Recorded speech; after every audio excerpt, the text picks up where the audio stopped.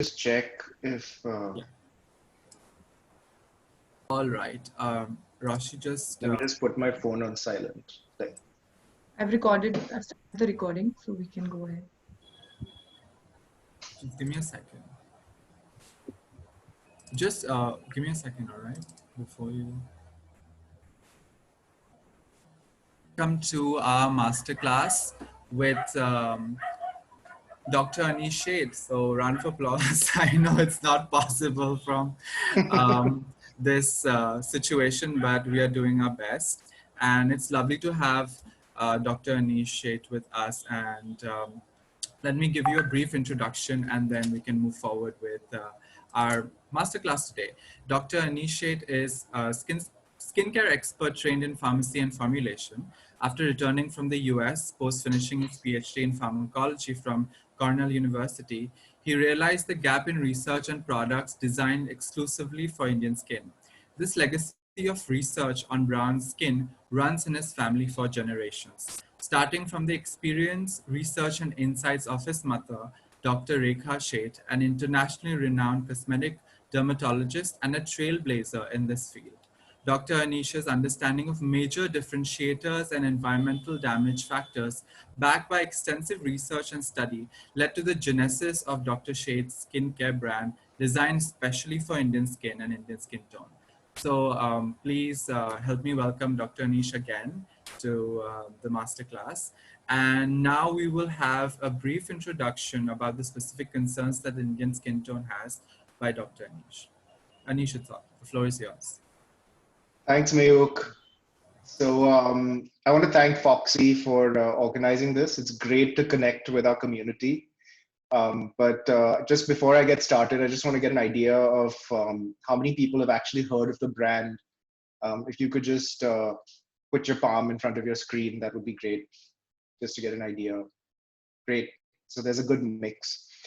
So Dr. Sheth's was actually founded by my grandfather, Dr. Sharat Desai. He was the first dermatologist, arguably one of the first dermatologists in India. He founded the dermatology department at KEM Hospital in Bombay. Dr. Rekha Sheth, his daughter, was India's first cosmetic dermatologist. At a time when everyone was laughing at a doctor doing beauty and medicine, she sort of had her passion and stuck to her guns and kind of paid off in the long run. I'm a pharmacist and a formulation scientist, and I sort of understood and heard the troubles that my grandfather and my mother were having, particularly with respect to international colleagues not recognizing Indian skin. They were both very, very academically accomplished, and when they spoke to experts abroad.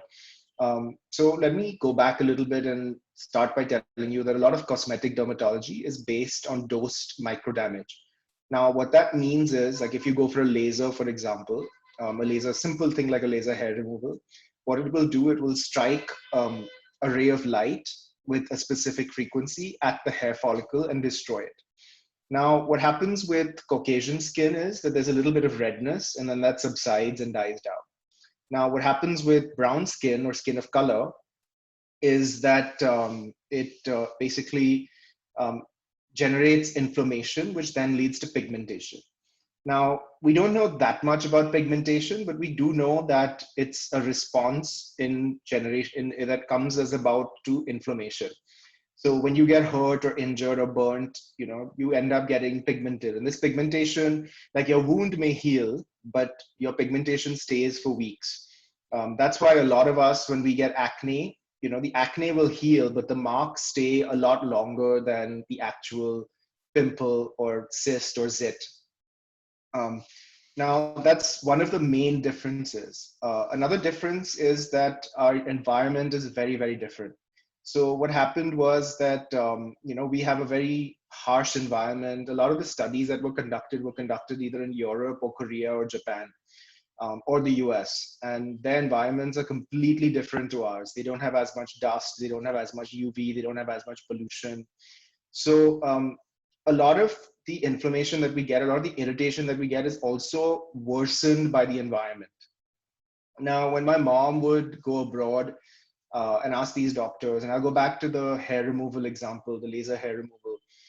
The first laser hair removal would cause pigmentation on Indian skin. And she would ask the doctors, like, how do you deal with this pigmentation? I mean, getting rid of body hair is a great asset, but how do you get rid of the pigmentation? And the experts there didn't really know. And this was one of the first machines. Of course, it has evolved since then. And similarly, Indian skin, we cannot do deep peels. So there's different kinds of peels. There's superficial peels, there's medium depth peels, and there's deep peels. And we can't do that on Indian skin because of this pigmentation. When we do medium depth peels, which is what you do in a doctor's office, you have to take a lot of precautions. And so, my mom at the time realized that there was nothing in this market for Indian skin. And so she started creating her own products. At the time I was in college, and I sort of gave her a helping hand, somewhat of an internship, you could say. But it just kind of happened that people liked her products, continued to use them in the clinic. Fast forward about 10 years, I finished my PhD, I come back to India, and I realized that, there's still nothing for skin of color in this world. So, the entire idea of having products created for skin of color was something that was very exciting to me and something I was very passionate about, because it's almost, something that we need. It's almost like it's the majority of the world, and we still don't have anything to address things that we need. In addition to that, of course, India has higher incidence of diseases like PCOD and diabetes, both which impact the skin. And of course, other things that are more minor, like we have a lower ceramide content, we have a higher incidence of eczema, we have a higher incidence of this thing called atopic dermatitis. We have certain proteins that are underexpressed in Indian skin. Our pH tends to be slightly higher because of our compromised barrier. So there are all these differences, and the skin that we, sort of aspire towards is towards US or Caucasian standards. And I think it's about time that we, realize that we have our own identity and we need different things. Like, you can't wear, like a traditional Brazilian outfit every day. At the end of the day, you still want to go in your salwar kameez. Similarly, you can't eat pasta every day. You need your sabji and roti and dal. So like that, we also need Indian skincare. So that's a brief nutshell about Indian skin and why it's different. Well, thank you so much for that. I think that's a great introduction to understanding, and why also Foxy also is tending to that kind of audience constantly, and our curation content team and Roshi would also back me up on this. We're constantly trying to cater to um, an audience which is, which has brown skin, and in terms of marketing also, not just in terms of products. And products are, at the end of the most essential thing. I mean, what else will you market if you don't have the products, right? So I think that's a very important thing to look at. And it's such an amazing market at the end of the day, and it's booming. So thank you so much for that. So we'll go into the question and answer session. And first, I think we had this really interesting question from one of our, we had we have put in this Instagram story about what do you want to ask, and people had asked a few questions, and some of them trickled into the best questions, sort of interesting questions of what we would like to ask. So Lokesh had something called how to have celebrity like skin and a fresher look. I mean, this was quite an interesting question. So I thought, why not have it? We all would love it. Yeah, absolutely.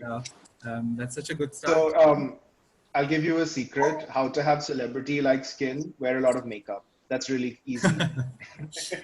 No, but a lot of celebrities have walked through our doors, and their issues are no different from you or me. They're not, their lifestyles tend to be a little more, how should I say, stressed, because they're in front of harsh lights a lot.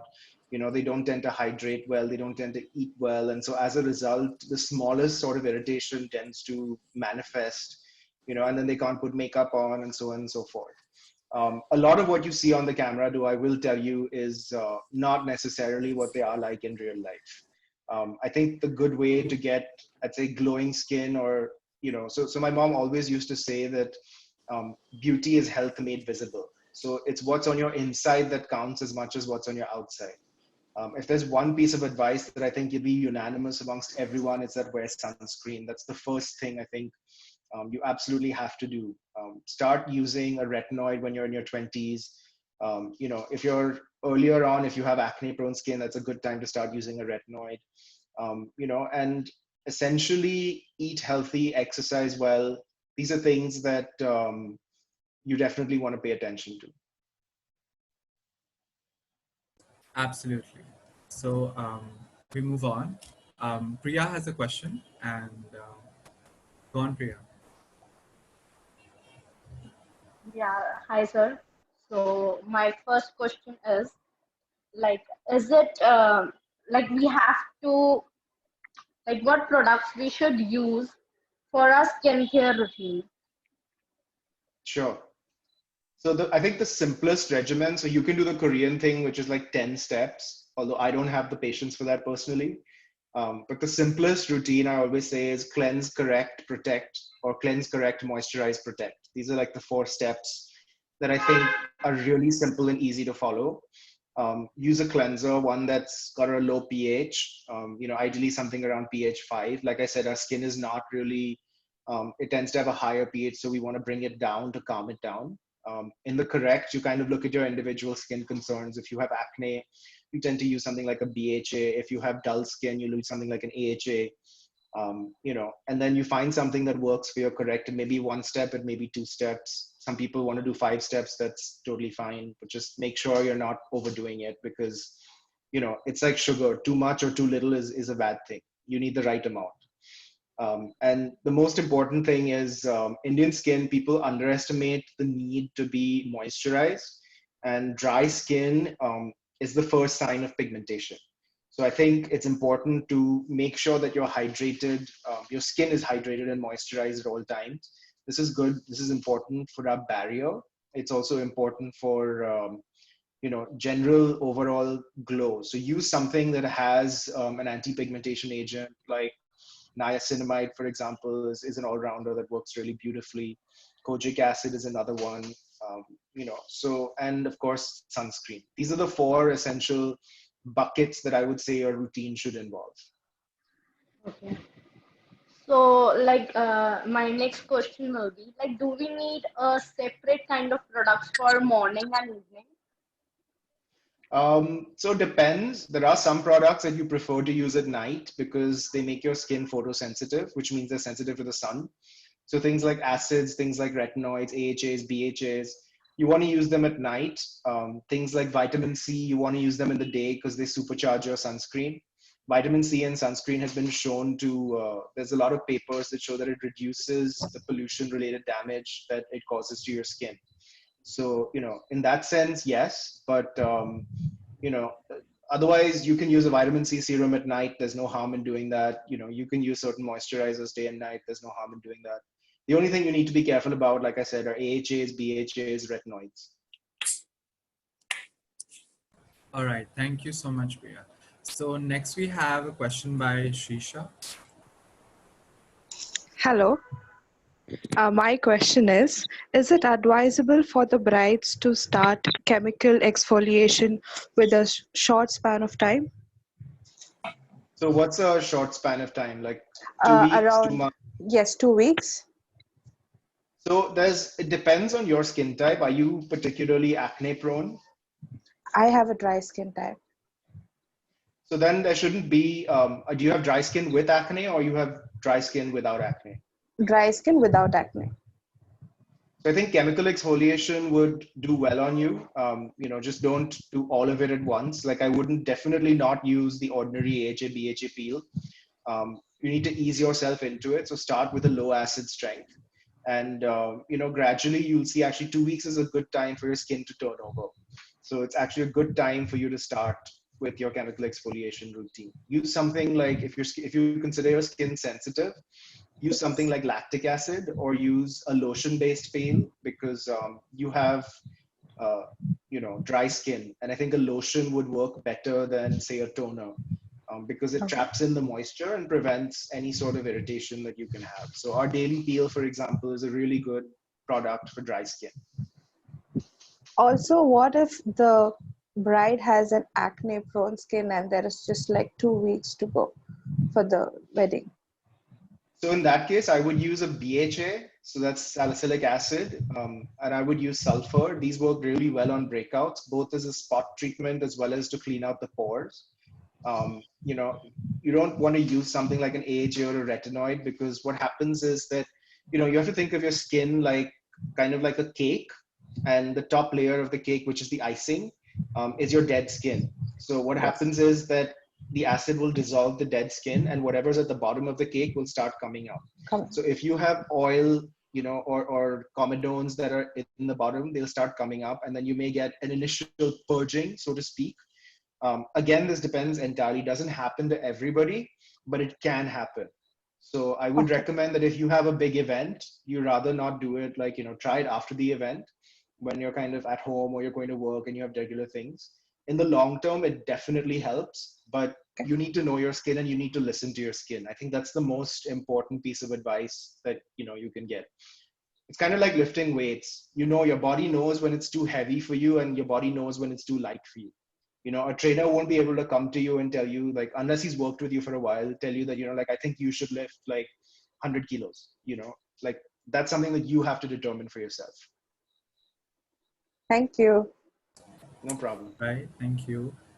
Twinkle, will move on to your set of questions. Hey, I want to know, is there anything to avoid pimples caused due to too much of makeup, even after applying a primer?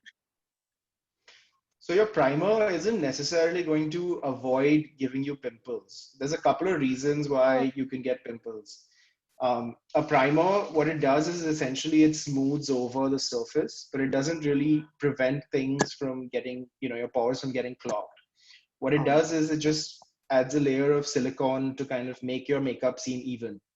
So what I would recommend is, you know, cleanse your skin well. You know, a double cleanse sometimes is more helpful. That's one thing. Second, you know, if you're getting a lot, you may have a reaction where you're allergic to certain pigments or certain kind of makeup. So that's something you should kind of take into account. Maybe get a more hypoallergenic brand. You know, I don't know if there's any available in India, but I think there are like brands like Clinique that tend to be more on the hypoallergenic side.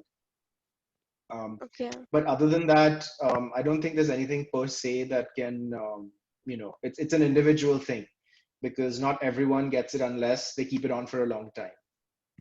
Yeah, yeah, true. Thank you. No problem. All right, so we have Sanika. Um, Good yeah. evening, doctor. So, Good my evening. biggest concern is about my under eyes. So, I apply a lot of makeup as I'm a makeup blogger, and I've noticed as I've gradually kept using products, the texture and pigmentation under my eyes has increased. So, I would like to know what I can do to help improve that. Sure. So under eyes, there's a couple of reasons why they can be caused. One of them is, of course, pigmentation, which exists a lot in our culture. Second is, you know, like, it's just genetic, where you have deeper hollows. So something like, that's again a genetic cause. Then the third reason, which is really common in Indian skin, but not so common internationally, which we don't read about, is this thing called eczema, where your skin barrier is compromised, and as a result, what happens is that, you know, your inflammation is constantly happening, and so your dark circles tend to get darker. So the first thing I'd say is obviously keep it well hydrated. Make sure that, you know, you're moisturizing, you know, around your eye area really often. Second is, if it is eczema, you want to see a dermatologist for that, because it's a little more in depth, and you may require some medication in order to control that. You know, if it's something like genetic and it is hollows, then I would say that, you know, fillers are something that you may want to consider. It doesn't, you know, I think you guys are too young for fillers in general, but you know, that's just an idea out there. But if you think that it's getting worse with the makeup, it's likely like an allergic reaction or an irritation. So definitely, like, the way I would do it is see if it doesn't get, like, don't apply makeup there for like a couple of weeks and see if it gets better. In which case, you know, maybe using something like a sunscreen under your eyes may help the irritation. And, you know, after you're done removing the makeup, definitely follow it up with ceramides, hyaluronic acid, urea, panthenol, stuff like that that calms your skin. Thank you. No problem. All right. So Nishita, is Nishita here with us? All right. We'll just move on to another viewer question. Megha had a question. She asked, my forehead behaves very weirdly according to my face. I guess there's a difference in like her T-zone and something like that. It is the most prone to acne area. What would you recommend for someone with such skin type? So I think if I'm understanding right, there's a lot of broken information here. So I'm just going to gather whatever I've understood is that there is, she tends to get a lot more acne on her forehead relative to the rest of her face. Now, this could be because of hormones, and this could be because of, just generally her idiosyncrasies. A simple topical approach would be to start using retinoids. Alternate that with a BHA. So use a retinoid 2 to 3 times a week, and then use a BHA on the other 2 to 3 nights. BHA is a salicylic acid. So does everyone know what retinoids are?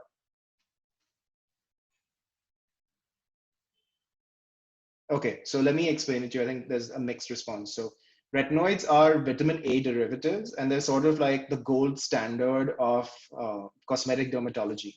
So they work on looking at pigmentation, evening out skin tone, acne, and they're beautiful, beautiful molecules. And they're sort of like you must have heard of the word retinol, or retinol palmitate, or isotretinoin. So all of these come under the umbrella of retinoids. So using a retinoid, like we have our rosehip and retinoid, which uses a very gentle and mild retinoid, which will definitely help control sebum in the long term. And the BHA, or the salicylic acid, will help control the acne in the short term. So a combination of those, and of course you have to use sunscreen. Absolutely. Thank you so much. So we have the next question from Pallavi. Yeah. Okay, good evening, sir. So I'd like to ask one question. I have a combination type of skin. As you can see, my T-zone always used to be so sweaty, and I sweat a lot. It means I sweat like hell. And I used to suffer from acne problem. Like I used to have whiteheads. Every time I used to go to parlor for the removing of these whiteheads. So can you please help me out with that? How can I solve the Yeah, problem? sure. So a lot of people sweat a lot, and that's a problem called hyperhidrosis. So basically, hyper means a lot, hydrosis means sweat. There's a couple of solutions you can do for that. The simplest one is to put a base layer of talcum powder that absorbs the sweat. So that's really like an easy solution. There are more clinical solutions that you can do for which you have to visit a dermat's office. But Okay. after working out or after sweating, so we have this product that's particularly meant for people who have an issue like you, and it's called an on-the-go cleansing spray. So I like use sweat a lot. So when I work out or things like that, and it's basically, it's nothing but a micellar water in a small little spray bottle. So when you spray it on your face, you can just clean your face. So if you go from place to place, you can just, like, and you're sweating, you can just clean it. Of course, for Yeah, women, that you have to take into effect. Go ahead. will I have to do it after using makeup or before using makeup? Yeah, so you can't use it with makeup because it'll clean the makeup off as well. That could be Okay. another reason also why you tend to get a lot of blackheads and whiteheads, because sweat and makeup then generally don't mix well. I do think that going to the parlor or going to a skin expert who's well trained in extractions is a good idea, because we tend to get a lot of whiteheads and blackheads because of pollution, and sometimes like it's dangerous to kind of do it on your own. So it's better to have a professional, once every 2 weeks, once every 3 weeks, just kind of clean your face out. So that's definitely a good idea regardless. Okay, I used to do that a lot, but it doesn't even help me. So I'm just thinking of what to do, what else makeup to use, or like in the daytime, I'm scared of using any moisturizer actually, because nothing. I have tried many companies till now, but it doesn't even work till now. So I'm just worried about what to use or not to use. So that's the biggest Have you problem. seen And any dermats yeah, yeah, of course. It's been and they put like, you on they put you on retinoids before? yeah, Of And course. that hasn't helped either? Yeah, it didn't even help me. Oh, that's unfortunate. So I would suggest, we have our team of dermats who's like Dr. Rekha was considered the best dermat and the authority in the field. So our team Okay. of dermats is trained. So definitely reach out to us on Instagram and we can set up a consult for you. Okay, sure. Thank you so much for the information. No problem. No problem. Okay. Thank you. So I think Nishita, you had another question, and we'll go on with your Yes. question. Yeah. Yeah. So, like, I usually face this issue. Like, whenever I use any product, maybe a moisturizer or makeup, I usually get pimples on my cheeks area. So, that's my major concern. Is it with particular, have you tried using gel-based moisturizers or is it particularly like any kind of No, but moisturizer? any kind of moisturizer, like, I use any moisturizer or anything, I usually get pimples. So, that's the issue I am facing. Like, a lot of problem with that. And are those pimples like consistent with the moisturizers, or do you think that they could be related to something you've eaten or stress or, things like that? Uh, that's also related to stress and all, but usually I get when I use moisturizer or anything. But what about other things that you use? Is it only moisturizer? Like Serums, when for I eat example? sweets, maybe, yeah, that's also the issue. Like any beauty product, makeup, serums, or moisturizer. So I usually get pimples then. Okay. So it sounds like an allergy that you may have to something that exists in all these formulations. So again, I think yours is a little complicated. So I would definitely recommend that you see a dermatologist because they'd have to take a deeper history to understand, what your lifestyle is like and what changes you can make in order to, it could also be an age-related thing. Like there could be a hormonal thing that is age-related. So right now you might think it's the moisturizers that are causing it, but in 5 years it'll be totally fine. So, a dermat would be able to properly assess, something like that. Okay. All right. So we'll move on to the body part of the body section of the questions. Chakshu, you had a question around this area, yeah? Yeah. So hello, sir. My question is like my skin type is sensitive and I have been having red acne all over my body. So what should I do to prevent that? Have you tried using a body wash with any sort of ingredient like benzoyl peroxide or Yeah, I salicylic have, acid? but it is not it's not uh acting like it should have Do you stopped. leave it on for like 5 to 10 minutes? Yeah. Have you tried using an overnight treatment like our neem BHA, for example? And No. maybe, like using salicylic overnight may be able to, like on the spots, may be helpful. Because I think the Okay. body tends to require a lot higher dose than the face. So ours is a concentrated treatment. So you can definitely, the body will respond to it well. So I think that's a good idea, that you can start, and using a regular lotion or gel with some sort of AHA, BHA may be a good idea as well. Thank you. So the second question is, my skin has been reacting to essential oils like lavender. So what is the best type of moisturizer for the body? So if you know that your skin is reacting to essential oils, then I would avoid using any moisturizer with essential oils. So try and use, like we're coming out with a sensitive skin range with no essential oils, no perfumes, and hard active. So that may be a good fit for you. We're probably launching that in December-ish. So, Okay. that look out for that. But generally, yeah, so if you know that essential oil, like I have really bad eczema, but essential oils and perfumes don't bother me. But I know it does bother a lot of people. So using something with the actives and not things that irritate your skin may be a better approach. Okay. Thank you, sir.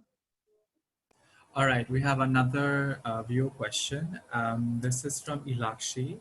She says she's blessed with dry skin, therefore she doesn't have a lot of acne on her face, but somehow she has strawberry legs and acne breakouts and pimples all over her back and parts of her chest. There's a lot of hyperpigmentation on her back and it worsens whenever she waxes or shaves. She's tried medicines, but nothing's that worked out so far. So what would you recommend? So I think for body acne, like I said, using a benzoyl peroxide, so I wouldn't wax or shave till the thing settles down, because what happens is if your skin is already irritated and then you're waxing, you're taking off a layer of your skin, so you're irritating it further. So it's almost like a cycle, you know, I mean, you're going to continue. So it's okay. Like right now, everybody's in a pandemic, everyone's indoors, take advantage of that. You know, relax at home and then start using something which has AHAs and BHAs in it. Especially for like keratosis pilaris, things for body acne, they work beautifully. So, you know, we're coming out with a body lotion as well, a body exfoliant. So that should definitely help, you know, take care of a lot of the issues that she's having. I'm not sure what medicines she has used. It could be something like if she has PCOD, for some example, it could be an effect of that, in which case she'd have to go visit a dermat and then, you know, accordingly determine what the course of treatment is. But based on whatever I know, that's what I would recommend.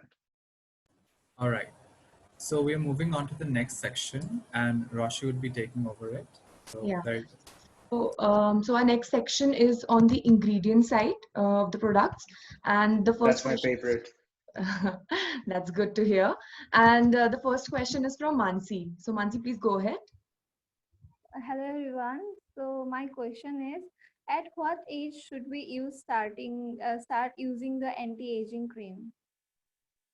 So it depends on what you define as an anti-aging cream. If I would say sunscreen as an anti-aging cream, I would say start at like 6 months old. If you're talking about retinoids, like I said, if you have acne prone skin, 12 plus is usually a good age. If you don't have acne prone skin, 20 plus is a good age. And moisturizers again are also anti-aging, because as you age, the water tends to evaporate faster, particularly on Indian skin, because water tends to evaporate faster as a result of our environment. So, you know, that you should start as early as like, you know, 12, 15. You know, so I think it's just with retinoids, you need to be a little careful, and you need to take a little break when, you know, if you're planning to conceive a child or breastfeeding or pregnant. But otherwise, I'd say that's the only one where you need to pay attention to the age a little more. Okay, thank you, doctor. Okay, no problem. great. The next question is from Arya. Arya, please go ahead. Yeah, so my question was like, how is hyaluronic acid and vitamin C useful for skin? So hyaluronic acid is essentially a humectant. Think of it like a magnet, but for water. So what it does is that it pulls in all the water from outside and it hydrates your skin. So when I talk about fillers and you hear about celebrities going to get fillers, what they're doing is they're inserting hyaluronic acid, injecting it under their skin. So it tends to stay hydrated and plump. So that's what hyaluronic acid does. It's really, really good for our skin types because, and usually you want to use it right after a shower when there's moisture around you, because it just absorbs all the moisture and lets you lock it in. And then follow it with a moisturizer, which usually has something like a mineral oil or something like some sort of occlusive to help lock it in. Vitamin C is actually a great ingredient because it helps with anti-pigmentation, helps with anti-aging, and helps with pollution repair. So it works like on multiple things. So vitamin C, both taken orally as well as taken topically, works together. So if you take it orally, it doesn't necessarily reach the skin, but if you use it topically and orally, you're working on both sides. So the most famous thing about vitamin C is that it's an antioxidant and it's used to prevent, you know, pigmentation or things like that. I really like the definition of hyaluronic acid, defining it as the magnet for water. And with that, we can go on to our next question. It's from Shresha. Shresha, please go ahead.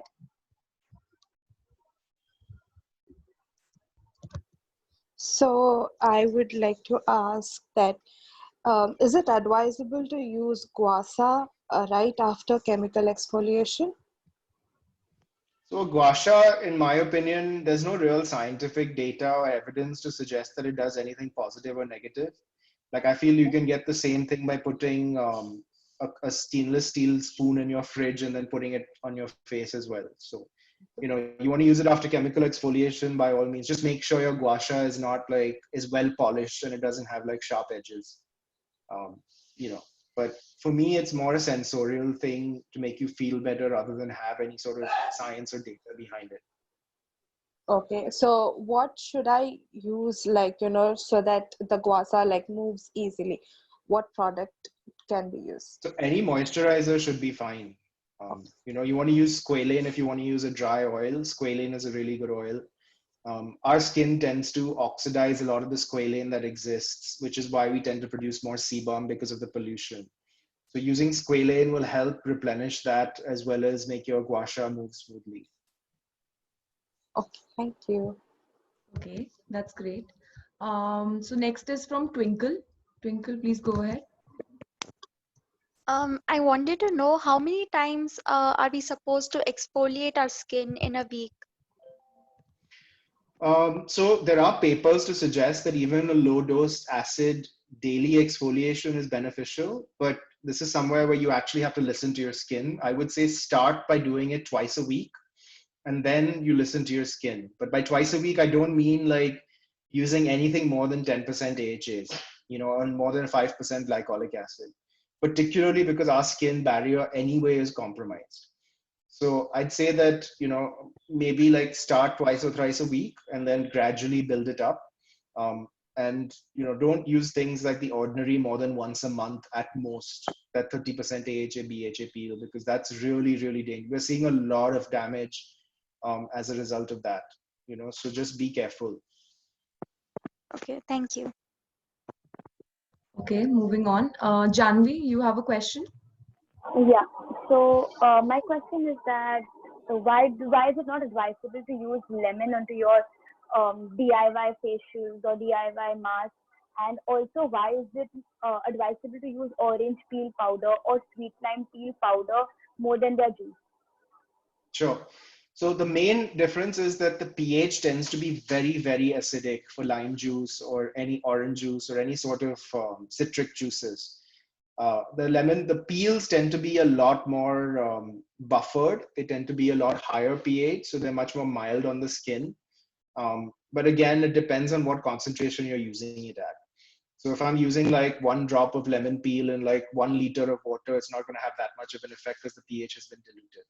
But in general, I would avoid using lemon juice. I know it's been practiced by a lot of DIYs, but I mean, at the clinic, we see a lot of the disasters. So, just like people don't usually mention their disasters when it comes to social media. So, that's lemon juice and baking soda are things that you need to be careful about. Also about the peel powder, I asked, like, is the peel powder actually essential? Like, in what ways? Not really. Not really. Like the peel powder, it's used as an exfoliant, like a physical exfoliant, because it's not as rough as like couple of reasons. One is that it has a couple of gelling agents that help put things together, like this thing called pectin, which is present in a lot of the preserves that we eat. And the second is that it's also used as an exfoliant, in which case, it's a mild exfoliant, but there are better exfoliants out there. You don't really need to use, orange peel or lemon peel powder, unless you absolutely want to and you think that it works really well for your skin. All right, thank you. No problem. Great. So we have another question, and that this is the last question for this section. And the question is that what combination of serums should we use for an aging pigmented skin? Usually, it's not suggested to use AHA serum with retinol. So, what combination would you suggest for aging? Sure. So there are AHA and retinoid formulations that are really, really well formulated, but they tend to be really, really also expensive. So yeah, you're right. You don't want to use them in the same night. But what I generally recommend, and what we do in the clinic, is to use a retinoid. Like I personally use a retinoid on Monday, Wednesday, and Friday, and then I use a peel on Saturday. Excuse me, I use a peel on Saturday, and then on Thursday, I tend to use a glycolic toner. So that way, it's balanced out. Again, my skin is used to it, so you want to develop that. So you use a retinoid once a week and use an acid-based product once a week, leaving 3 days in between. And then once your skin gets used to it, then you kind of increase the frequency. The reason we don't want them together is not that they don't work well together, is that it increases the chances of irritation tremendously, particularly on our skin. Okay. Okay, I hope that this answers questions related to that aging pigmentation. And we've come to the end of our this segment, ingredient segment. We'll just have an open table kind of section now. And Mayuk, I request you to please take in charge of this. Thank you, Roshi. I think it was really, really informative. So, Jyotirmay is, uh, are you, Jyotirmay, are you around? Yeah, I am here. Yeah. You wanted to ask something. Why don't you go ahead? Yeah. When I threading my eyebrows, then in 1-2 days there are pimples are coming. So what happens when you thread your eyebrows is that you're basically physically pulling out hair follicles. Now, when you pull them out, you're opening the pore, so you're letting things go in. So what I would say is allow that to calm down and then exfoliate it a little bit. So not on the same day, but like the day after that, apply a very low strength like AHA toner or to the eyebrows, and it'll definitely help with the pimples. Okay, thank you. All right. I think Megha also has a question. Megha, if you can. Yeah, there. Yeah. Go Yeah, ahead. so my question is like, it is not advisable, to poke out pimples. That's, I agree to it. But is it like I've seen people applying toothpaste on, pimple to calm it down. So like, what is the correct way to, get over to a pimple or pimples? Use salicylic acid, use sulfur. These two ingredients are amazing. If it's a really bad pimple and a dermatologist has prescribed it for you, you can use benzoyl peroxide. Oh. If you get a lot of acne, you can also use a wash which contains AHA, BHA, or ABC Cica, or AHA, BHA Cica cleanser. ABC cleansing gel is great. Toothpaste is really, really irritating. It contains a high level of menthol. It contains calcium carbonate, all of which can rebound, irritate your skin, and you can end up with more pigmentation than what the pimple would have given you otherwise. So Oh, okay. definitely do not use toothpaste. Mm-hmm. All right. Thank you. Thank you. Twinkle, we'll have your question next. Hi. I actually wanted to know, uh, every influencer, every blogger has a question about parabens. If it is just preservatives, why do like every brand put it on the products like paraben free, and why is it considered so bad? Yeah, that's a great question. So parabens are actually some of the most safe, like the safest preservatives out there. And, but this is, I think, more a business decision than a science decision. So there isn't any science to say that parabens are bad, but there was a very badly conducted study. And suddenly that became all the news and parabens became evil. And at the end of the day, a brand definitely wants to offer its customers, a product that they want to consume. So, phenoxyethanol is another preservative that we use instead of parabens, which is just as good. But there's nothing like you will never find me saying anything wrong about parabens, depending on the paraben, of course. There's two things here. It's never about the ingredient, it's always about the dose. And specifically, parabens are a big family. So, butyl paraben, for example, is really not good for product, but we don't ever use those. Like that's used in paints and stuff. Methyl paraben and propyl paraben are the most commonly used, and they are the ones that are absolutely safe. Okay, thank you. Thank you. No All right. problem. Arya, why don't you go ahead with your. Yes. So my nose area and my chin area gets oily apart from my face. So like, how can I control it? Retinoids control sebum and oil production. So what I do, like my nose also gets really oily. So I use a little bit of a retinoid on my nose 2 to 3 times a week. Okay. And that really helps control the oil in the long term. Like I think if you wanted to control it faster, you might want a prescription, but that case you'd have to go see a dermat to, figure it out. But our rosehip and retinoid is non-prescription and very safe and very gentle. So within a few weeks, you should see that it's responding. Okay, and also like, is it recommended to use a toner every day, like at least once a day?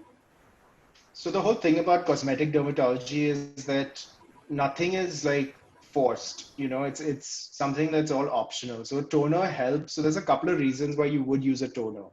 One is if it's a functional toner, like which has an acid in it, like an AHA or a BHA, that's definitely something that has a function. Like for example, you use an AHA toner and then follow it with a moisturizer. Other toners, the reason we used to use them is to balance the skin's pH. But formulations are so evolved now that your cleanser and your moisturizer will both balance the pH. So you don't really need a toner if it doesn't have an active in it. Some people like to use toners with actives in them because instead of putting like 5 serums, it's better to put, a cleanser with an acid, a toner with niacinamide, a serum with vitamin C, just to like spread it out. So unless it has an active in it, I would say that you can skip it. Okay. Also, like apart from my entire body, my hands are like a little bit tanned. So how can I remove the tanning? Have you done anything to your hands? Like, have you tried anything Um, with them? I've done nothing, but I do scrub it with like anything that's available at home. Yeah. So I would generally physical scrubs aren't the best for Indian skin because so scrubs tend to be like different shapes and sizes. They're not uniformly distributed. So some will be like jagged with pointy edges. And so those pointy edges will cause micro tears in the skin, which will in fact make it worse. So what I would say is avoid using the scrubs. If you want to exfoliate, use one of the exfoliating toners or the peel. That really works well on your hands. And follow it up with sunscreen, like avoiding tan on a sunscreen, avoiding tan on any part of your body, you definitely need a sunscreen. Okay. And I've heard that like using sunscreen that has 50 SPF can be dangerous to your skin. So, like, what's the range to use it? Like 40, 50, So or there 30? isn't, yeah, so I don't think that's necessarily true. There isn't any data to show that sunscreen's SPF, 50 or 100 even can be dangerous. There was a study that was published that showed that certain organic sunscreens, so certain chemical sunscreens can enter your bloodstream, but they get excreted. So it's not something to worry about. I think if you're concerned about that, you can use a mineral sunscreen. Mineral sunscreens tend to stay on top of your skin. So something with zinc oxide or titanium dioxide will work great. But again, there's absolutely nothing wrong with using a sunscreen that's SPF 50 or 100. You definitely want to make sure your sunscreen is more than SPF 30 because with our skin, our UV, our pollution, you don't want to, you know, um, Yeah. anything under that will not really work. Okay. Thank you. All right, No thank you problem. so much. I have one last question Sure. for Anish. So, what is one product that you can't live without? And what is the one ingredient that you would always have in your skincare? So I'd say the one ingredient that I would always have in my skincare would be niacinamide. And the one product I can't live without is lately it's been a Haldi and Hyaluronic cleansing mask. I'm sorry, sleeping mask. It's a beautiful texture and it's really hydrating. So that's my favorite product of our range. That sounds lovely. So we've come to the end of the session. I thank you so much, Anish, for your time and for answering all the questions of all our artists, and to all our artists as well for just making this possible and coming on board. To Roshi and people from your team, Ashmita and Swarnim, and to Foxy for making this happen. Thank you so much, everyone. I'll give you more details about how to move forward with your respective brand collabs. But please join me in thanking Anish again and hope to see you soon. The session was Thank you. quite insightful, Anish. We really, really thank you for your time and for Of time of course, others of as well. course. I hope you guys enjoyed yourself and your questions were answered. And yeah, I mean, thank you, Foxy, for providing us this platform to get on board. Thank you. Thank you, All right. Foxy. Thank you.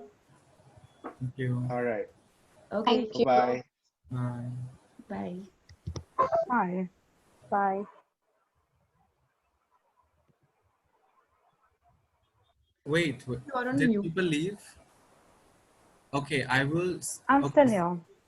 So Yeah. I'll just tell you what to do next. Why don't you get an approval from Tanshi for your brand collabs, and we will